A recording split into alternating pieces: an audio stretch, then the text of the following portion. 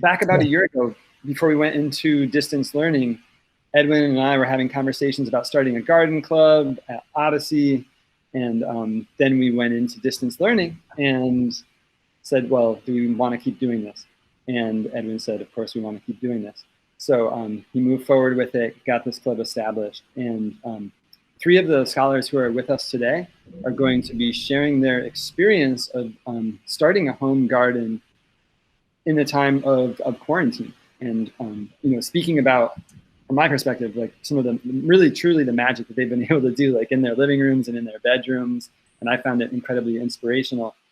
And I've also asked them to speak to what that experience has done for them, maybe with their families or just kind of with their living situation, their perspective on the world as they go through quarantine. So thank you for being here, scholars. And then Raquel is going to wrap it up at the end for us and talk a little bit about some dietary focus that has been a part of her life as of recent. And she's going to do a quick little demo to show us how to make plant-based ceviche. So I'm really looking forward to that. Again, thank you all for being here today. I appreciate your time and your commitment. And I'm going to turn it over to Maria. So as Paul said, Edwin, Jan, and Evan are going to be presenting about their gardens. First up, we have Edwin. You take it away. Hey everyone, thank you for coming today. Like Maria just said, I'm here to present about my experience with home gardening, which for me at least has been really eventful. I hope you all don't mind me sharing my screen as well. A few seconds. So it's kind of, I have a mini timeline here for today's webinar. I kind of started off home gardening back in July. I started a bit late from the pandemic, 3 months in, but I don't have any photos from that time. I started off very small though, inside, indoors, which is like corn, a few other things that were meant to grow in the summer that I had received from Paul. And that garden was pretty nice. It kind of like was the building blocks for my, like, I guess my start of, I guess what I call now a really big garden. And I learned a lot of things like watering, kind of getting my schedule used to gardening because I wasn't really used to having something to take care of. I don't have any pets. And yeah, kind of like that stuff was like the first time. So I started doing that. And kind of like what Paul mentioned with the garden club, that kind of tied really closely with like having a community. I feel like that really like pushed me forward into starting my own garden because otherwise I'd feel like I'm on my own. And that's a good thing, of course, but I feel like for me, having someone to like rely on in case something is like a bit confusing, or you don't know something like this, or you don't know something about like what's going on with the garden and all that, I feel like it's really helpful to have an extra person or two to support there. So with the garden club, as it went further and further into the summer break, and then into like the beginning of this school year, I started expanding my garden, and I guess kind of right here is the first few photos from September. I had a white flower. I don't know the name ever since, so I just call it by the white flower and celosas, which were pretty beautiful flowers that I got from Home Depot. Oh, no, Lowe's. There you go, from Lowe's. What was really surprising is that they lasted a long time. They went all the way into the winter, even through heat waves, which was really cool. And through that, it was really interesting just seeing how much they could like persist, even though the climate wasn't really the best. And seeing things change from time to time, seeing the flowers bloom and all that was really interesting too. Then going into October, I started my first expansion with having this morning glory. I first confused it for a bean plant, but later with time after the flower bloomed, I found out that it was morning glory. I also planted things like zucchini, spinach, and broccoli, which I'm now debating if it's kale, but I'll see from there from time to time. And that kind of kept on going until around December, where certain things started to die off, like the celosas. They started to wilt a bit from the cold, but there was also a lot of new growth. And like I have here in January, I had my first male zucchini flower. I confused it at first for female because I didn't really know that there was 2 types of genders for when it comes down to flowers. And that kind of continued on, and I kept on learning new things. And I feel like that's really important. And it has helped me a lot with quarantine, like my motivation, seeing new things grow, even if they're challenges or not. It's helped me a lot with like keeping my mind just keep on running throughout quarantine, even especially when online learning can be a bit draining sometimes. And with that in mind, I kept on going with my garden. I didn't really expand until around late March, as you can see here. I just kept on going with February, handling whatever challenges and new growth that I had. Around February or late February, I had my first female flower, and that was really exciting. And as well, I had repotted a few new plants, like this chard plant with the spinach. I then later replanted it in early March to this new pot, and then that's when I started to first transition outside. The whole time before that was indoors, and it taught me a lot about kind of like the sun, though I learned that lesson a lot more later on. So I started with my more expansions. I went to a nursery that Paul and a few other scholars had actually gone to back before the pandemic was up, so around February. So it was really nice to see and see how everything was going there. So with kind of all that and March coming by, a few challenges came up. I guess it was like the first serious challenge was powdery mildew, and I kind of learned through like family and Paul that I could use soapy water. It took me a while to like fully or mostly get rid of it, but I finally did. And then as time went by as well, March was kind of like the last few raining days, and I guess the last rain we had also brought hail, so it damaged a bit of the zucchini, but most things went well. And that's when the first flower bloomed. Sadly, the other flower that I showed earlier, it wilted, so that was my second one. And then later on in the month, I had my first zucchini, and that was like, it felt really rewarding. I felt like a lot of things had happened, and even though it took a lot of time from growing it back in October all the way to having my first zucchini in March, it felt really rewarding that I was able to achieve something like that. And that continued on. And I feel like it got way more, like it showed up way more in my garden with a few strawberry flowers that I bought from the nursery, as well as radishes, which really quickly, in like 3 weeks or so, had their first radishes. And they were really good. And that's kind of like the same for like the strawberries. I've been having a lot of strawberry up and growing a lot. Chilies that I had bought in from Walmart, sadly that became a problem later on. Started showing their first flowers, and recently they bloomed. So that was really interesting and fun to know. And then I started growing new things, like I mentioned earlier, the radishes, cucumbers as well. And then I was just seeing, and kind of now I'm kind of like at the place where I don't know where I should position things in my garden. I have like a avocado tree as well, and because of my neighbors, and then I have like this outdoor like porch in front of like my door. So I don't really know what to position things as of yet, but I'm getting around there. So that's kind of what's been happening ever since then. Very recently, I've been having, I guess it's been way more eventful as of recently. Mentioning going back to the chili plant that I had that I bought from Walmart, it sadly bought aphids that I didn't notice until like a few weeks later. So a few of the plants like my zucchini, strawberries, a few spring bulbs that my mom had gotten last year for Mother's Day. So that was like the second year. And then a few other plants, they had sadly gotten aphids. And right now I'm kind of handling certain diseases that I don't know if it's due to the aphids or watering, but whatever it is, I'm kind of like tackling that challenge right now. And other things that I've had as well is like gifts from my own family. My aunt, well, I guess like was like a big part into me starting gardening and really having my own interest. She has like this like really big collection of like small plants and like little small plants like succulents and other like herbs. And while she can't really take care of them anymore as much because of like back problems and like arm problems or wrist problems, so most of them she handed them to me, and that's what I've been kind of tackling as well. And I guess I'm gonna bring this photo up a bit closer. It's really surprising. This is a cactus that I had from like elementary. This is my mom's Nissan Altima from 1997, I'm pretty sure. Or it was her old car. That was my dad's. But recently we decided to transplant it to a new pot. I don't know how it grew in that little like crevice between the door. We're pretty sure from a trip we had to Palm Springs because we traveled there frequently before the pandemic.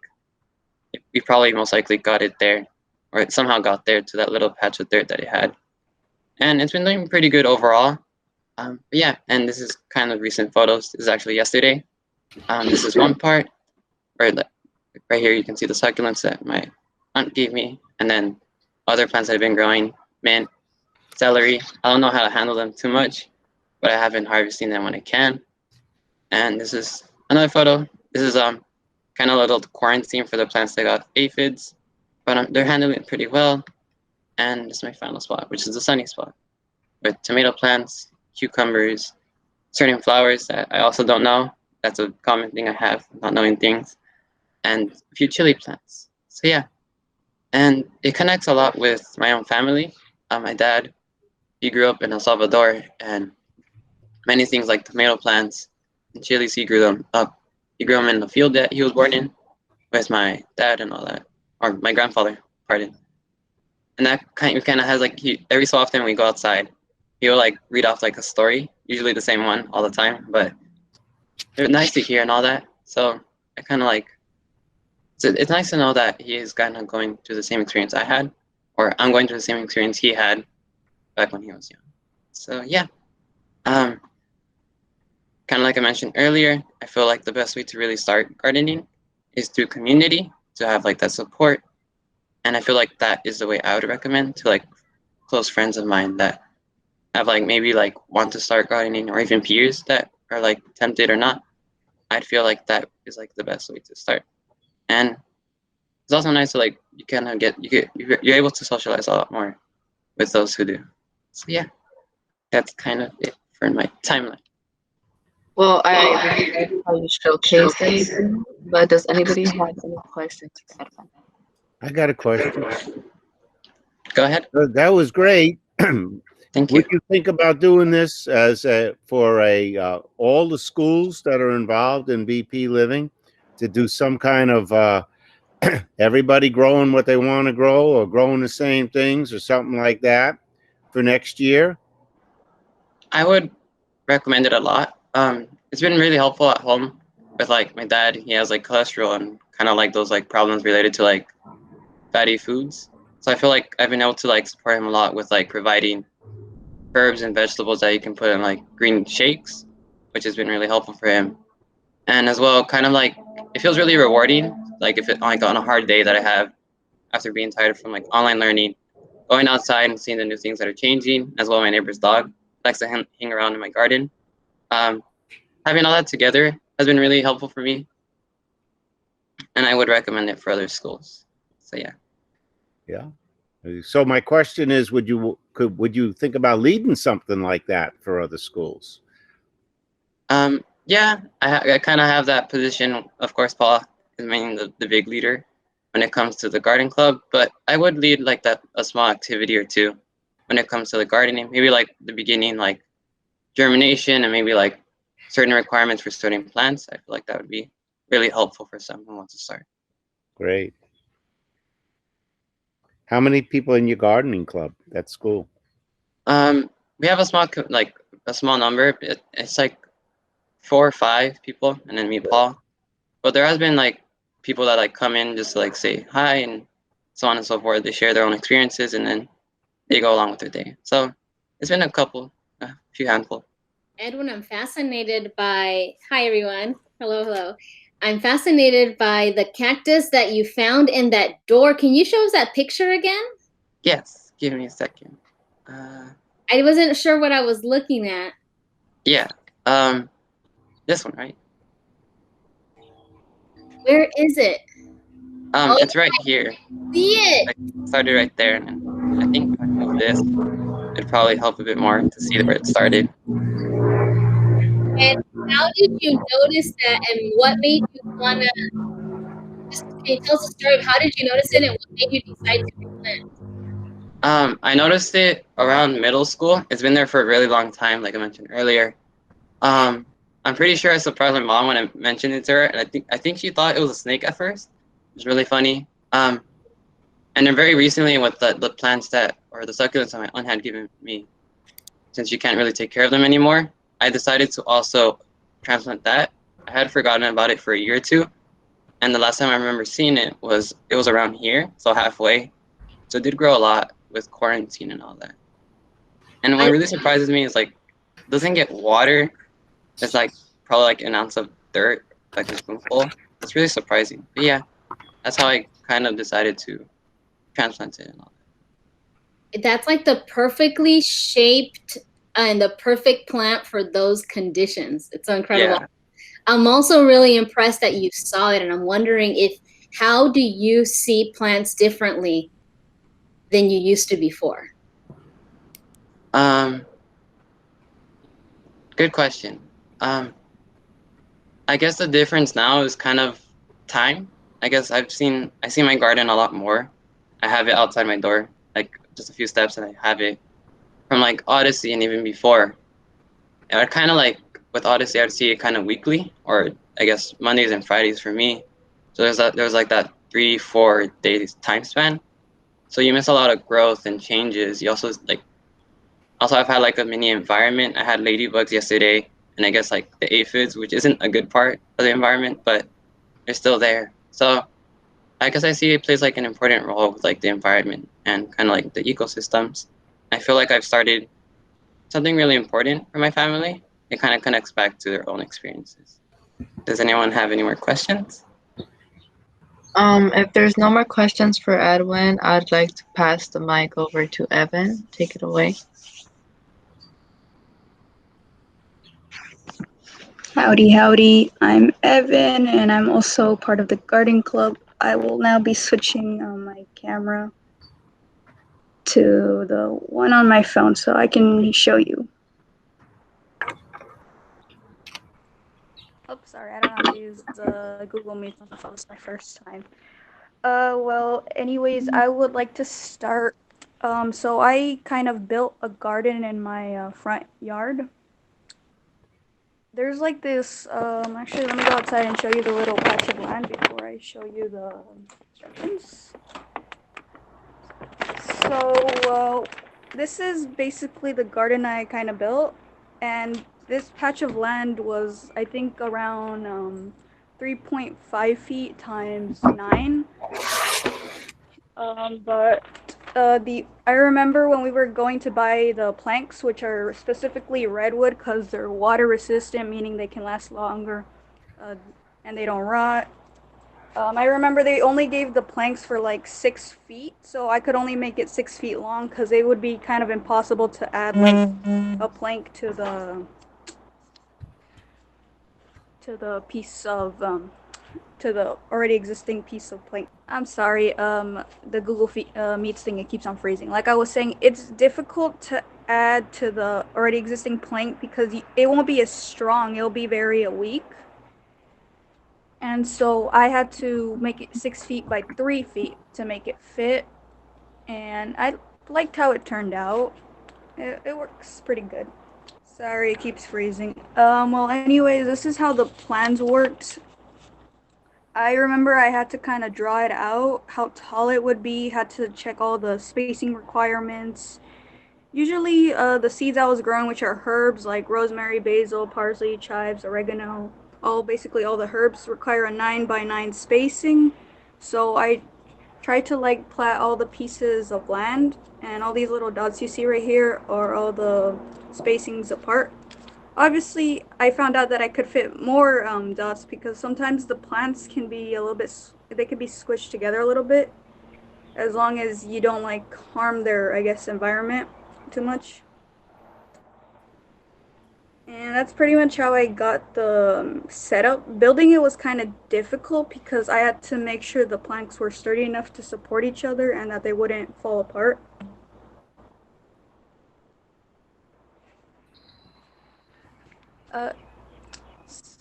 So right here you could see the part that's them. It makes it sturdy, makes sure the garden doesn't seep. And I had to buy a lot of bags of dirt to fill this big tin up. because it's 1 foot tall and 3 by 6 feet long, and it's very big. It's a very big boy, so you see.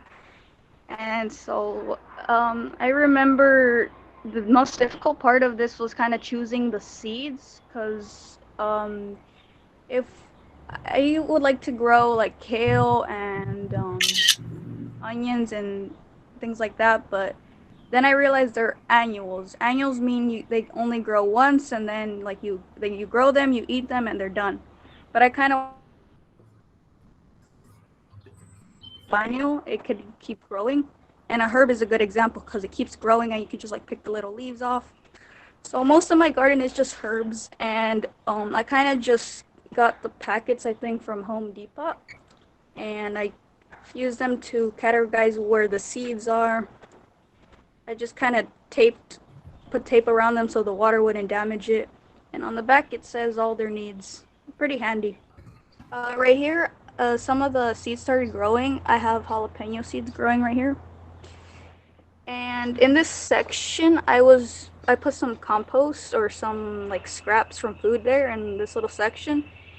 And a green onion started growing. So my compost didn't work out, but at least I got an onion out of that, and that's a pretty good deal, you know.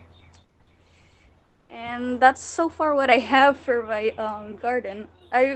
It's weird. I've never really grown something. I'm not as Edwin knows a lot more than I do about this, and I'm still figuring it out. But I think it's going well. I mean, the plants are growing. That must mean something, right? Well, enough for my garden. I will now move on to like the experimenting, I guess, plants. These are basically plants I didn't think would live. I just put seeds in a pot and tried to see what would happen. These are my black bean plants. I really didn't think these would live because when I started growing them, they would kind of like flop over. So then I put sticks to stand them up. And now, like, as you can see, the stem, it used to be like green and flaily, and now it's like a tree. It's like a stick. It's already like bark. I didn't know bean plants could do that, but that was interesting. And what I really didn't expect was for it to grow a bean pod. This little bean pod right here. I mean, you don't see the bean anymore because it popped out. I don't know where it went, but I didn't know that's how like this bean plant would turn out.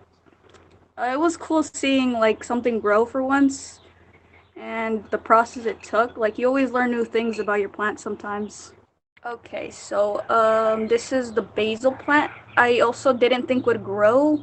I remember I had some basil. Someone gave me some basil seeds. It was my uncle, I think, and I didn't think this would grow. But look at this big boy. It's so chunky. It has so many leaves now. It even has little flowers at the top. I didn't know basil would have little flowers, but that's pretty cool. I would this one just kind of started growing on its own. I kind of let it do its own thing. It has no aphids like the bean plant did, and it's kind of supporting itself. I mean, sometimes a caterpillar comes and eats the basil plant, but I just let the caterpillar do its own thing. Sometimes I give it the basil and then let it leave because I don't know. I feel like the caterpillar needs some food sometimes too. And that's basically the experimental section of my garden and my actual garden. And let me move on to the last thing I grew.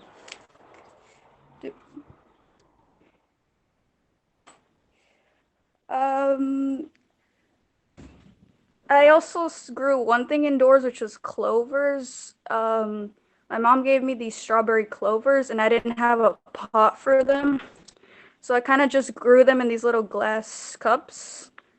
And I put dirt in it. I put a blanket around it because I think I started growing them during like March where it's very cold. So like the glass is going to get really cold. So I put a little blanket around the dirt so that they would stay warm, and they grew pretty lively now. The blanket helped them warm up a little bit, and they started growing when it was a little bit warmer. And they're actually doing pretty good, although they're growing from my window. And that's pretty much all I have, I would say. Does anybody have any questions? I'm fascinated about the black beans that you planted. Did you get them just from the grocery store, or did you buy a packet of black bean seeds, or just, you know, what you would normally cook? I just got what you would normally cook with. I literally went in my pantry and said, huh, do I have anything that could grow? Like, oh, beans. So I just put it in the floor or put it in the pot and just tried to see what would happen. That is so cool that you got seeds in a pot. That is amazing. Very cool. Evan, creating your planter was a huge undertaking. Can you tell us a story of how you convinced your family to take that on and to designate that spot in the front of your house for it? What has their outlook been on your project? Well, first of all, I kind of had a budget, so I had to make sure like which wood would be the most effective but kind of cheap, and I had to like structure the plan out. Like I told you, I only had a 6x6 plank that they sold at Home Depot, so I had to do what I had to work with that. I could have made it bigger, but Home Depot wasn't giving any cheaper materials. I think each like plank was like $1.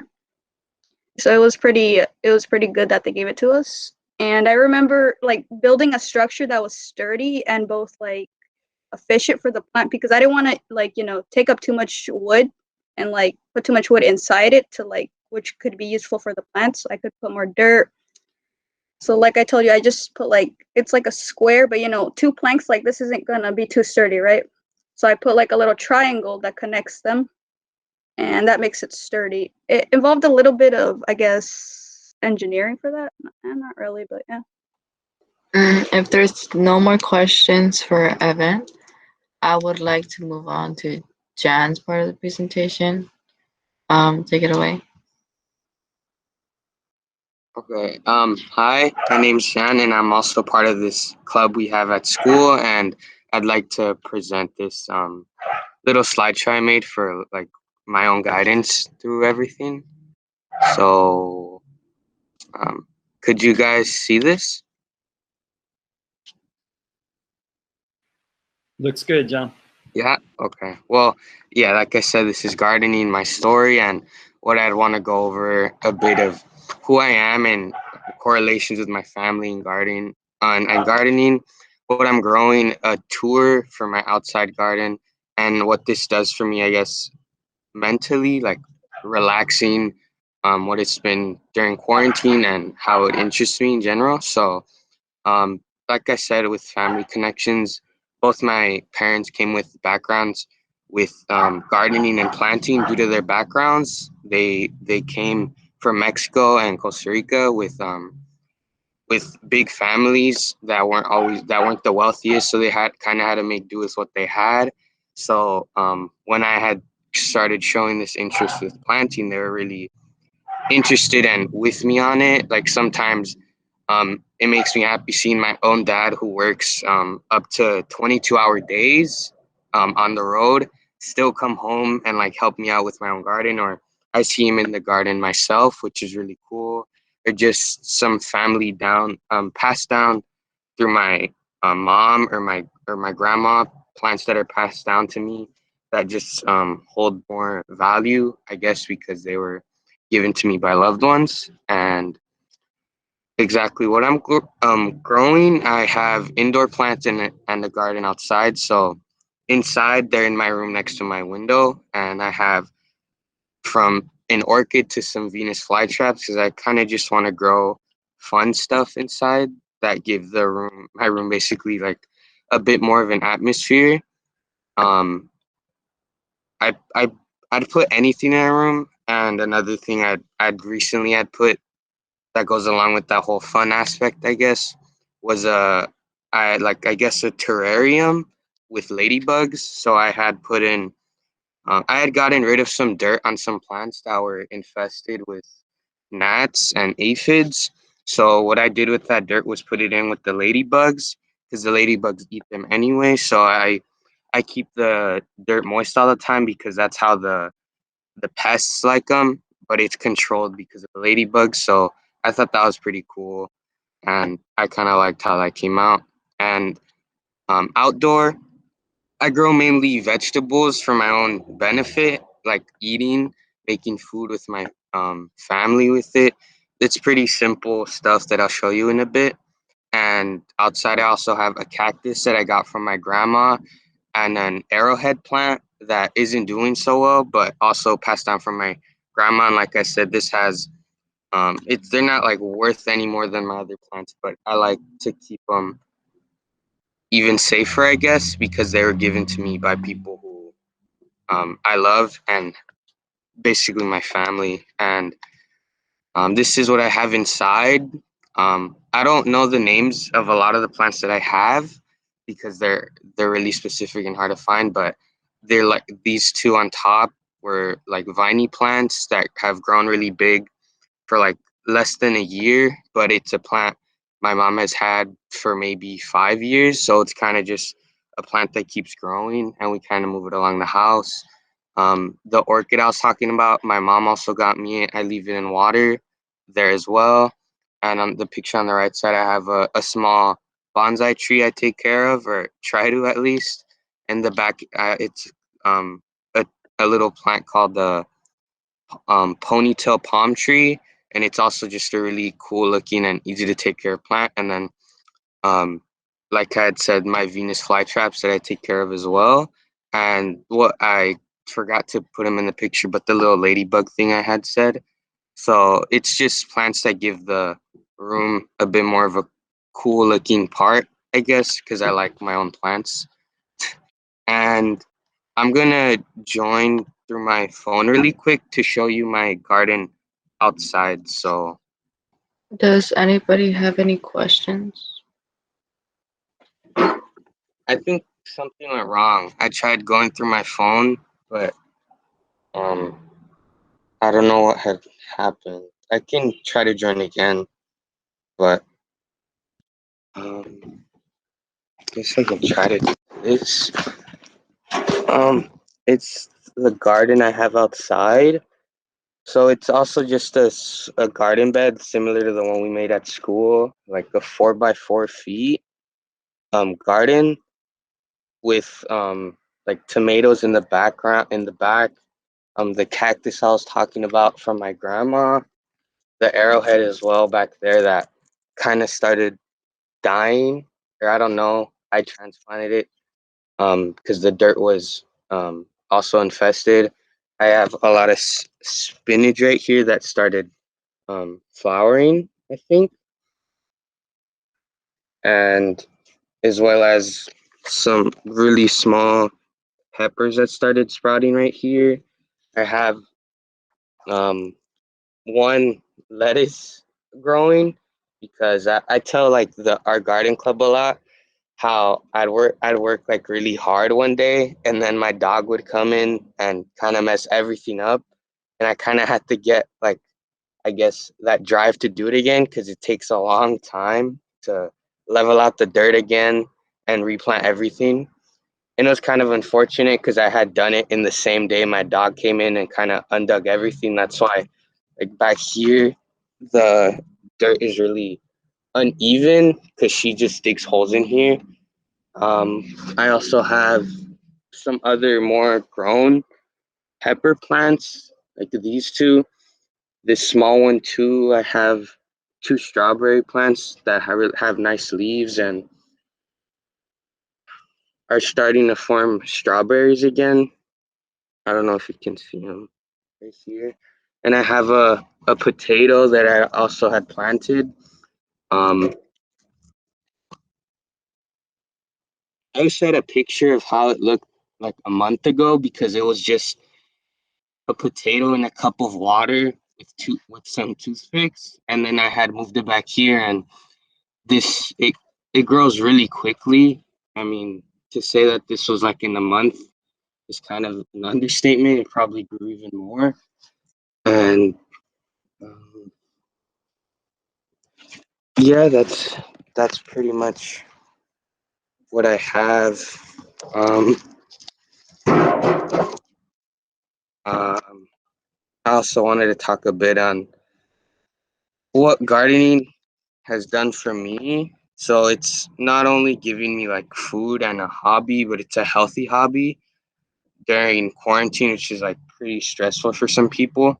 And it takes a toll on some people's minds. And it helps me, and I feel like other people take things a bit slow in an otherwise quick and repetitive schedule since quarantine began. There's only so much you can do now. And it's a hobby that you don't just do on one day and then stop. It's kind of something you keep going through because that's obviously how plants work. You go on for months and then eventually years. So it's something you can pass down like the same way my grandma did, something like that. So it's really um like just good for the mind, and that also goes with why I would recommend this to other students. It's very fun and relaxing, especially with students who are constantly stressed and not in the best state of minds during high school. And I could say that because we're all one of them. Each one of my classmates, we're all going through something during school. So it's kind of a nice thing to go into your garden and just take a breath of fresh air after like a long, hard class for like language arts or math. So it's just nice to have, and would strongly be with other schools applying the same thing we've been doing. And yeah, that's it. Just thank you. And if you guys have any questions. I got a question. Yeah. Well, once again, just a comment first. I love your insights. I'm curious about, and I hear this all the time. So, why do you think school is so stressful? I think it's because I think it's different for a lot of people. Because I'm not. It's obviously not like the school's fault if you're going through something at home, but like um, a parent could get sick or something, and um, you don't really want to always use like that as an excuse, but you still try your best. Like maybe you have to take care of them, so you don't have all the time in the world for homework. Especially now with next year being senior year, a lot of people say 11th is the hardest year. So you kind of have to balance a lot of things out. And I know a lot of people, other people don't have that same stressful school situations, but I think for a majority people, like young people like us, that some people go through like depression and things like that. So I think it's just unfortunate that some of those things have to um, intertwine. So it just sucks. Yeah, no. Do you think so? You talked about things from the outside causing you, stress. Do you think that school itself causes the stress as well? Um, for some people, it could be because it's then some people they aren't the best with school anyway. Like in how do I say this without like being rude? It's like it's school is just not for some people. Like they don't plan on going on college or something. That's school was never easy for them. Like maybe a learning disability or something. It just doesn't come easy as for other people who are fine with school, and it's it's easy for them. So I think it's a lot of it is outside, as well as maybe bad relations with people in your school. Maybe you don't like talking to like counselors and stuff like that because you have to be very open with talking to people like that. So I think there's a lot that goes into it. But yeah, I think school could be a sole purpose for some people. Yeah, no, thanks. Okay. I do agree with Jan. It is a little difficult, especially like if you're dealing with um like mental issues. Because I personally, I have depression and anxiety, and it is a little harder sometimes. But on that note, I would like to pass the mic. If there's not many more questions, of course, I would like to pass the mic to Raquel. So hi, my name is Raquel and I'm a junior. And today I'm going to be talking about vegan ceviche. I decided to do this because I've been wanting to kind of eat better, which is, well, for me, it's kind of like changing my diet. I kind of want to go more plant-based. So for this one, it's, of course, all like plants, but it's kind of hard for me at the moment because I live in a traditional kind of old-fashioned house where it's believed that you need meat, but I've been recently learning that you don't actually need meat. Like, you can get everything you need and more from plants alone. So I kind of want to switch to that because I know it is better for you. And about the recipe, my mom and I have been wanting to make this change for a while now. So I think it was a couple years ago where there was a time where we were kind of vegetarian for a while, but that didn't last long because it just didn't last that long, but I kind of want to get back to it. So when we were doing that, we were kind of trying to learn different recipes that we could do, and this is one of them that I really liked. So for the ingredients, what you will need is a cauliflower head, some limes, well, the juice of the limes, some tomatoes, some jalapenos, which is optional, or any pepper of your choice, some white onion, some cilantro, some salt to your liking, some black pepper also to your liking.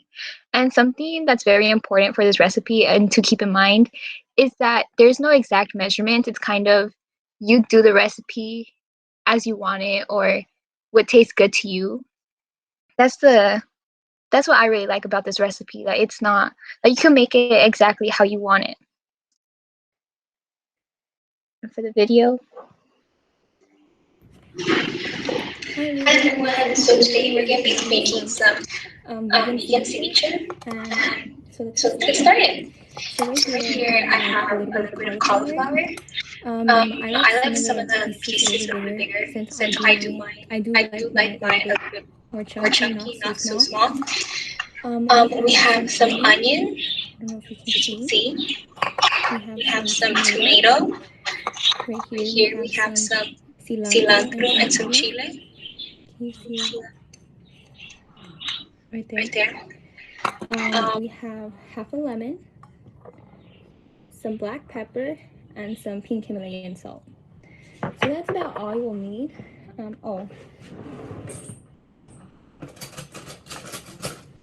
We also need a spoon. So I'm just gonna be throwing everything together, and the trick to this recipe is making it to your liking. So there's no exact measurements. Just kind of make the recipe as you see fit. So first we're gonna be throwing in our onion. I'm not that much of an onion fan. I'm not a very big onion fan. So I'm just gonna be adding a little bit. We have our tomato. And also this recipe, well, the one I'm showing you, mine, is a little bit smaller because I'm not making it for a lot. I'm making it for about 1 to 2 people. I'm adding in my cilantro. Like that. And we're gonna be going in with the chile. I am a big chile fan, but these have been a little bit on the spicier side, so we're just gonna add in a little bit. Like that. Let me tell you guys about this recipe. So I want to switch my diet to a more plant-based diet. So I wanna stop eating meat completely, but I think a little more down the road. And my mom actually showed me this diet because we want to, like I said, go more plant-based. And I actually loved it, so I wanted to share it with you guys. Then we're gonna go in with the black pepper. I can't really see how much is coming out, so we're just gonna gauge it. But this is optional. I think that looks good. And then I'm using pink Himalayan salt today It doesn't matter what salt you use. My family just prefers to use this salt. So we're just gonna go in with that. I think like that is good. And then also for the lemon, you kind of want to do it, well, if you like it more lemony, you of course use more lemon. But if you don't want that much lemon, then you kind of gauge it too. Today I'm gonna be going in, I think, medium. So you kind of just want to squeeze it in there. Also, I like my ceviche, well, this one kind of crunchy, so I eat it right after. But if you do want it a little more, not soggy, but kind of soft, you kind of wait for it. You let it sit a little bit, and then the lemon gets infused with all the other things in here, which is also good. But I like mine, I like mine a little more crunchy, so I'm gonna eat it right after. And then you can add avocado if you want, which is also optional, just like the chile. But I don't have any today, so we're just gonna be doing it like this. You just wanna mix it. My family enjoys eating this with tortilla chips, so you can eat it like that, or you could just eat it by yourself. It's good both ways.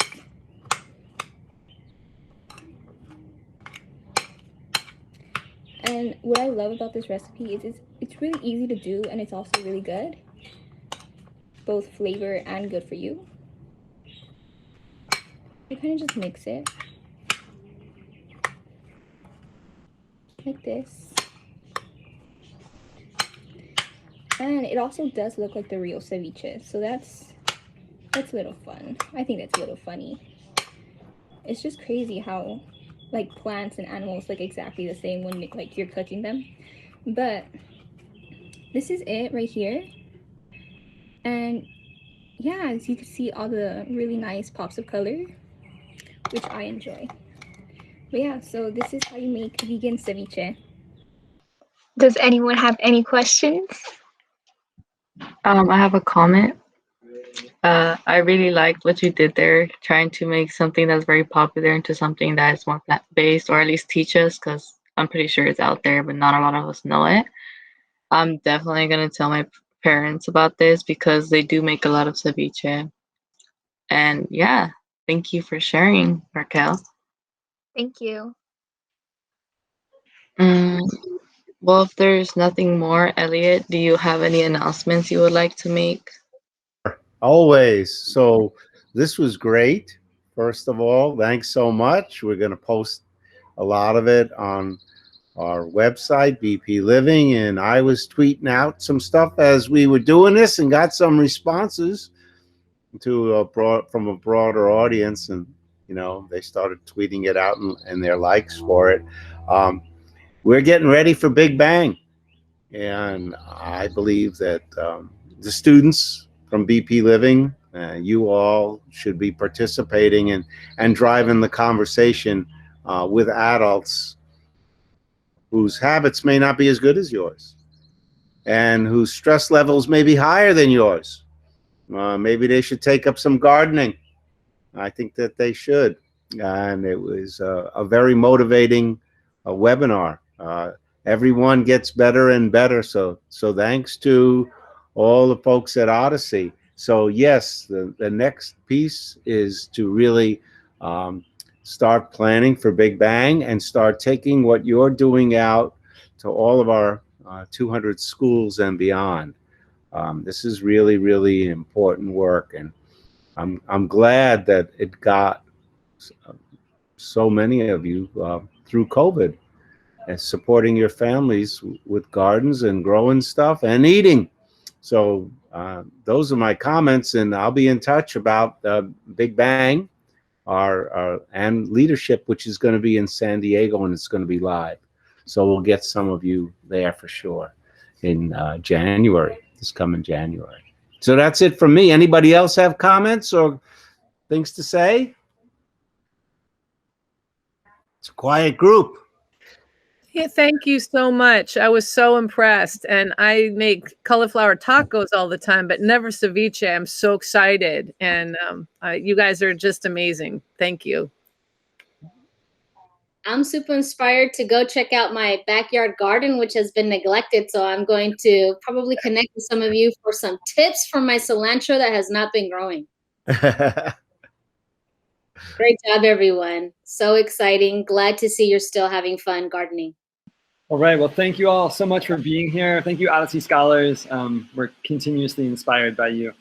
And we'll let everyone know when the last webinar of the school year will be, sometime towards the end of May, around exhibition season here, but we'll keep you posted on that. And yeah, thanks everyone. Take good care.